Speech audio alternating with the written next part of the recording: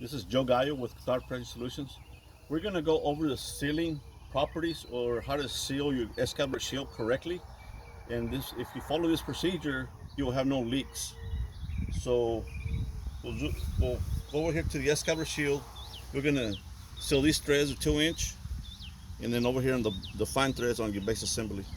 So for this right here, we will need sealing compound.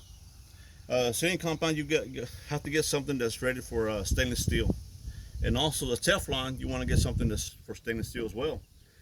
So I'll show you. It don't take much of this stuff, and this stuff does not sit up hard. It'll sit up soft, so you can, because these Excalibur shields will be inserted and removed. So that's all you need.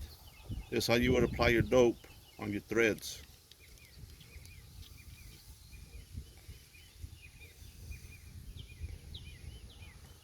So we're sealing it, and on top of this, we're going to go with a round of tape, Teflon tape, specialized or engineered for stainless steel. So that's all you need. You can run your finger around it, just a light dab.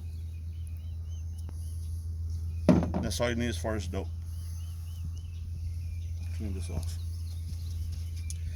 In order to give you an excellent seal, you will need to run this Teflon on it.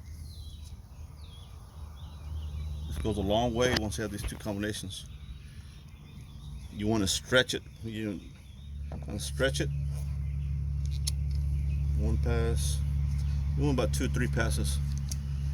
One pass, and I'm going back up. Second pass, then end it back down. That's 3 passes. So that's all you need as far as the seal.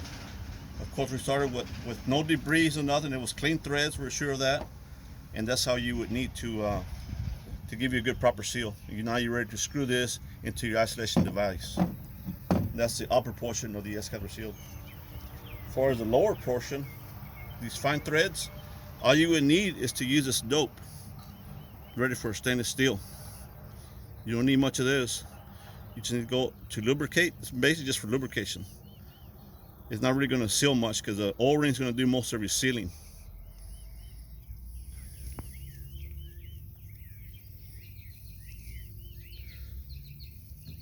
Just a light to moderate application. That's all you need here.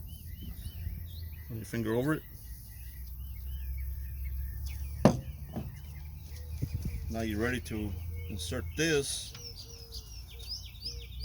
bottom soldering plug into your cavity. So what I like to do, I like to turn this upside down, and then use gravity so you can get your fine threads lined up correctly.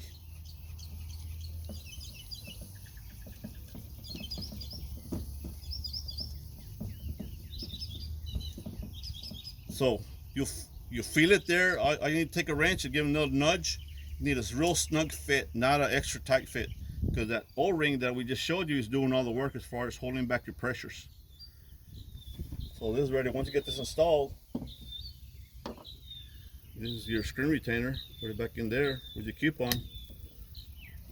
You're ready to install this on a pipeline system. So to review, we use some dope ready for stainless steel. We use stainless steel Teflon tape. Those two combinations on top of the mouth of the coupon, and at the bottom base assembly, you just need to use some sort of lubricant that doesn't sit up hard, and that will give you a good proper seal for no leaks going forward. Thank you.